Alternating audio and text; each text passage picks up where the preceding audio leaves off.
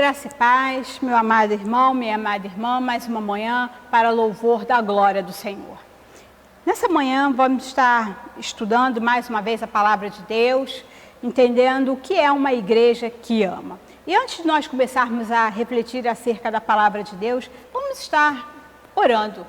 Paizinho querido, muito obrigado pelas nossas vidas, muito obrigado pelo teu amor e pelo teu cuidado, muito obrigado pela Igreja Metodista de Getsemane, muito obrigado pela vida da equipe da Escola Dominical, continua abençoando e sustentando a vida dos meus irmãos, muito obrigado, Senhor, pela liderança dessa igreja, muito obrigado pela vida de cada um dos nossos irmãos, porque eles têm feito a diferença nesses dias de dificuldade. Continua, Senhor, trabalhando em cada um de nós e através de nós, continua abençoando as nossas famílias e que nós possamos ser uma igreja não só unida, mas uma igreja que manifesta o teu amor e a tua graça. Muito obrigado por tudo, assim nós oramos e já te agradecemos em nome de Jesus. Amém.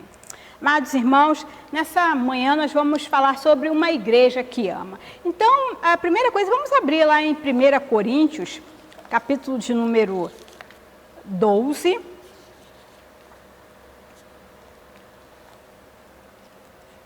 1 Coríntios, capítulo 12, versículo de número 31. E eu vou ler o versículo de número 31 que diz assim: Entretanto, procurai com zelo os melhores dons, e eu passo a mostrar-vos ainda um caminho sobre modo excelente.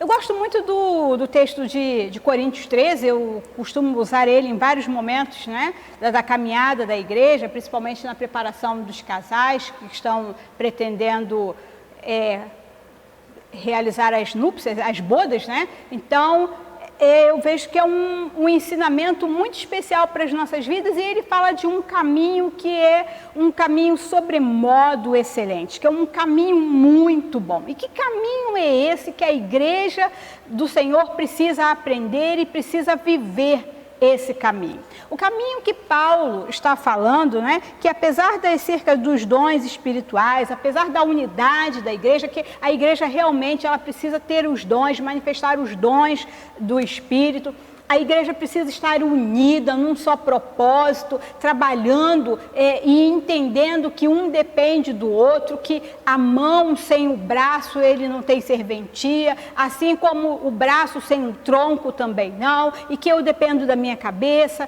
e que dependo da minha unhazinha, o meu cabelo pode não estar do jeito que eu quero, mas eu preciso dele, que ajuda a proteger o meu couro cabeludo. Então, que tudo faz parte desse conjunto. Mas ele diz que há um caminho sobre modo excelente, que nós devemos seguir esse caminho, que nós devemos trilhar esse caminho. Porque se tudo que nós fizermos for baseado nesse caminho, será um caminho de bênção, será um caminho de vitória, será um caminho que nós vamos entender o propósito e o querer de Deus para as nossas vidas. E esse caminho é o amor. E aí eu pergunto, o que é amor para você? Amor para você é o amor que você tem pelo seu esposo, pela sua esposa, né? Que aí a gente vai dizer que é o amor erotizado, que é o amor do toque, que é o amor visual, do prazer, que está relacionado ao prazer. Ou o amor para você é o amor que você tem pela sua mãe, pelo seu pai, pelos seus filhos, pelos seus irmãos, pelos seus amigos, por aqueles que você se identifica e gosta de estar junto. Então, é um amor mais filial, né? Um amor de correspondência e troca, eu te amo porque você me ama, ou é aquele amor que você manifesta a qualquer pessoa, a qualquer criatura, independente de conhecer, de ter tido uma experiência favorável ou não, mas você ama porque você entende que amor não é sentimento, mas que amor é mandamento e que nós precisamos viver de acordo com esse amor e que ele não está condicionado ao que eu faço ou ao que deixo de fazer, mas é o amor que o Senhor Jesus Cristo nos fala em Coríntios 13. Então, Paulo está dizendo que nós, enquanto igreja do Senhor, precisamos entender que há um caminho sobremodo excelente reservado para a igreja de Cristo e que nós precisamos caminhar nessa direção e nesse sentido. Que tudo que você fizer, que você faça pautado pelo amor, porque o amor ele não vai se portar, né, de forma inconveniente, ele não procura os seus interesses, ele não se exaspera.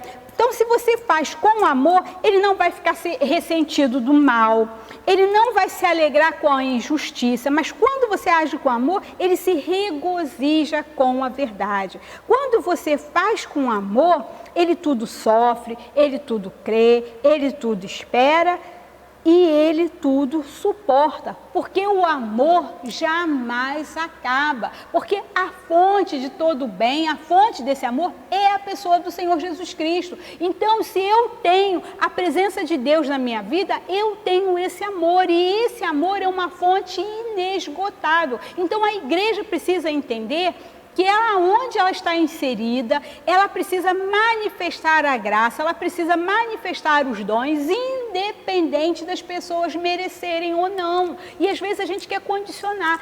Eu só vou orar por fulano se ele aceitar Jesus Cristo. Não, você tem que orar por aquela pessoa antes, durante e depois. Antes dela aceitar Jesus Cristo, você tem que orar por ela. Depois que ela aceita Jesus Cristo, você tem que continuar orando por ela para que ela permaneça. E você tem que continuar orando para que ela nunca se afaste dos caminhos do Senhor, porque isso é amar. O amor incondicional não tem limites, não tem barreiras. Então, um amor que ultrapassa, né, todas as convenções. E às vezes a gente quer condicionar. Não, eu só vou te dar a cesta básica se você for lá na minha igreja assistir um culto. Eu só vou te dar e só vou te ajudar se você for lá e participar disso. Não, você só tem direito a ter uma assistência se você for membro da igreja. Não, meu amor, quando a gente ama, a gente não impõe condições. Eu te dou o meu amor porque eu entendo que isso é o melhor que eu tenho para você, que é o melhor que eu posso te ofertar e que você vai fazer com esse amor aquilo que você achar melhor. Se você quiser acolher esse amor e multiplicar, compartilhar com outros, glória a Deus. Mas se você também não quiser, isso não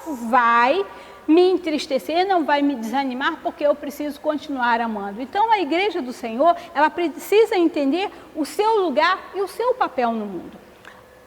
Qual é o lugar da igreja? É aonde nós estivermos, aonde estiver ali a igreja plantada, ali é o seu lugar. Ali é o lugar de você manifestar a graça, o amor de Deus. Qual é o nosso papel? Anunciar, fazer com que as pessoas conheçam, revelar Cristo para as pessoas. Essa é a nossa função, anunciar o evangelho de salvação. Esse é o papel da igreja. E às vezes nós ficamos tristes, né? Nós saímos para uma evangelização e aí a gente vai lá, evangeliza, distribui papel, panfleto, fala, ora. Quando faz o culto da colheita à noite, porque é o culto que a gente espera, né, que as pessoas que receberam vão estar ali participando. Como nós nos decepcionamos, ficamos frustrados, não apareceu ninguém. Meu amado, o nosso papel é fazer o quê? Fazer que o nome do Senhor seja conhecido. Como o nome do Senhor vai ser conhecido se eu não consigo amar o meu próximo, se eu não consigo amar o meu irmão, se eu não consigo amar o outro, se o meu amor, se todo o meu favor são apenas para aqueles que me são caros. Então, a palavra do Senhor nos ensina que o papel da igreja, o papel de uma igreja que ama, é manifestar a graça e o amor em todo tempo, em qualquer lugar, em qualquer situação. Que nós, como igreja do Senhor, possamos viver nessa direção, entendendo qual é a nossa função. Para quantas pessoas você já disse que ama? E às vezes a gente pensa que dizer que ama é falar, eu te amo. É bom ouvir que você me ama. Puxa, como eu gosto disso, eu gosto de falar para o meu esposo, eu falo para minha filha, eu falo para os meus pais, eu falo para os meus irmãos, eu falo para os meus amigos. Eu não tenho vergonha, mas mais do que falar, eles precisam também entender que o que eu falo está de acordo com aquilo que eu vivo. Então, uma igreja que ama, não é aquela igreja que diz assim, Jesus te ama. Não, a igreja que ama é aquela que diz assim, Jesus te ama e eu demonstro que te amo com as minhas ações, vivendo esse evangelho. Então, uma igreja que ama é uma igreja que vive esse amor sem distinção e que nós possamos ser essa igreja que vive o amor de Deus. Que o amor, né, as pessoas dizem que a nossa igreja aqui é uma igreja muito carinhosa, mas eles precisam entender que nós somos muito mais do que pessoas que recebem bem. Nós precisamos ser pessoas que cuidam bem, pessoas que se importam, pessoas que se interessam, pessoas que estão disponíveis. E isso não é só não está só relacionado, não é responsabilidade apenas da pastora, do pastor, mas é responsabilidade de cada um de nós que fazemos parte do corpo de Cristo. É função de cada um de nós que entendemos que precisamos andar por esse caminho sobremodo excelente, que é o caminho do amor. Que Deus nos abençoe. Paizinho querido, muito obrigado pela tua palavra nesta manhã. Ajuda-nos, Senhor, a viver nesse caminho do amor, manifestando a Tua graça a todas as pessoas que estiverem à nossa volta. Que nós possamos ser um sinal da Tua presença aqui neste lugar. Que aonde nós estivermos também esteja o Teu amor e a Tua graça, revelando-se a cada uma das pessoas que precisam conhecer a Ti, assim como nós temos buscado conhecer. Muito obrigado por tudo que o Senhor tem feito e por tudo que o Senhor ainda há de fazer nas nossas vidas, em nome de Jesus. Amém. Que Deus nos abençoe.